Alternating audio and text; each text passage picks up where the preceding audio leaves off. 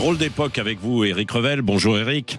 Bonjour à tous. Bon, enchaînement de dates là pour le chef de l'État avec Bayrou qui tombe et puis Emmanuel Macron qui est en première ligne quand même, quoi. Et il n'y a pas de répit là. En fait. Non, il n'y a pas de répit. Drôle d'époque, vous l'avez dit, où un Premier ministre, François Bayrou hier, qui prend une claque magistrale quand même à l'Assemblée nationale après moins d'un an à Matignon. Drôle d'époque où un Premier ministre démissionné explique qu'il a vécu 9 mois de bonheur parfait. Oui, on vit une drôle d'époque. Sur l'enchaînement des dates, vous venez d'en parler, il y a demain, effectivement, le 10 septembre. Il y a aussi une date importante, puisque budgétairement, nous sommes au bord du précipice, c'est celle du 12 septembre, où la première agence de notation, on va la nommer Fitch, rendra son avis sur la crédibilité de la signature française. C'est important, parce que si la note française est dégradée, alors ça veut dire qu'on empruntera plus cher et que le service de notre dette, les agios sur notre dette vont continuer à gonfler. Bref, Emmanuel Macron, le chef de l'État, est en première ligne.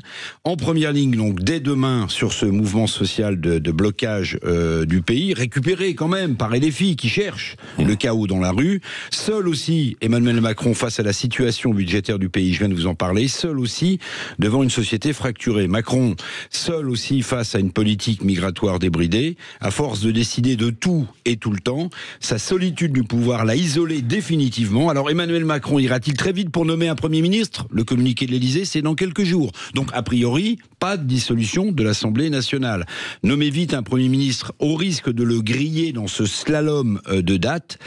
Eh ben, Macron, l'investigateur du chaos politique depuis la première dissolution en juillet 2024, est seul face au chaos qu'il a créé. Parce qu'il y a encore beaucoup de dates là aussi. Alors, il y a d'autres dates, vous avez raison. Il y a celle du 18 septembre, une grève qui est annoncée par les centrales syndicales.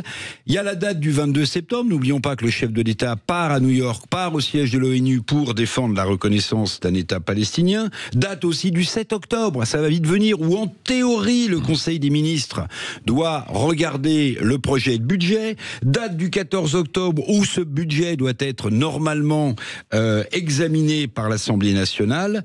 Date du 21 octobre. Date du 21 octobre, parce que ça nous intéresse pour nos feuilles de soins où le budget de la sécurité sociale va être vu. La dissolution, interviendra-t-elle après? Je n'en sais rien. Et puis tout ça coûte à l'économie française. Alors c'est ça, parce que ça coûte combien là? Alors, c'est parce qu'il y a des chiffres là sur d'un coup sur la croissance française. Il y a des chiffres. L'OFCE, qui est un institut évidemment très sérieux, a calculé que ce chaos politique, cette incertitude politique avait coûté 0,1% de croissance en 2024, 0,3% en 2025. 0,1 plus 0,3, ça fait 0,4.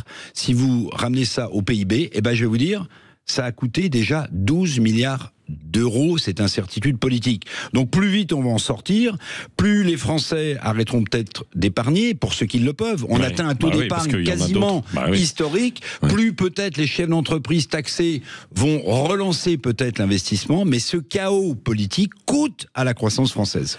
Merci Éric Revel, vous revenez tout à l'heure à 8h30, juste après l'invité politique de Jean-François Aquili. Bonjour Jean-François. Bonjour Patrick. Votre invité tout à l'heure à 8h15, c'est le nouvel horaire depuis la rentrée. Oui, Éric Ciotti, le président de l'UDR, l'Union des droites pour la République, qui a dit hier, lors de son discours à l'Assemblée nationale, à François Bayrou, vous n'êtes pas l'homme du redressement, vous êtes avec Emmanuel Macron, les artisans de la débâcle française. Je vais demander à Éric Ciotti, d'accord, mais qu'est-ce qu'on fait maintenant, lui qui veut une dissolution comme Marine Le Pen Merci, c'est à 8h15 tout à l'heure, le nouvel horaire, juste après Elisabeth Lévy, le journal aussi dans un instant et les chevaliers du matin.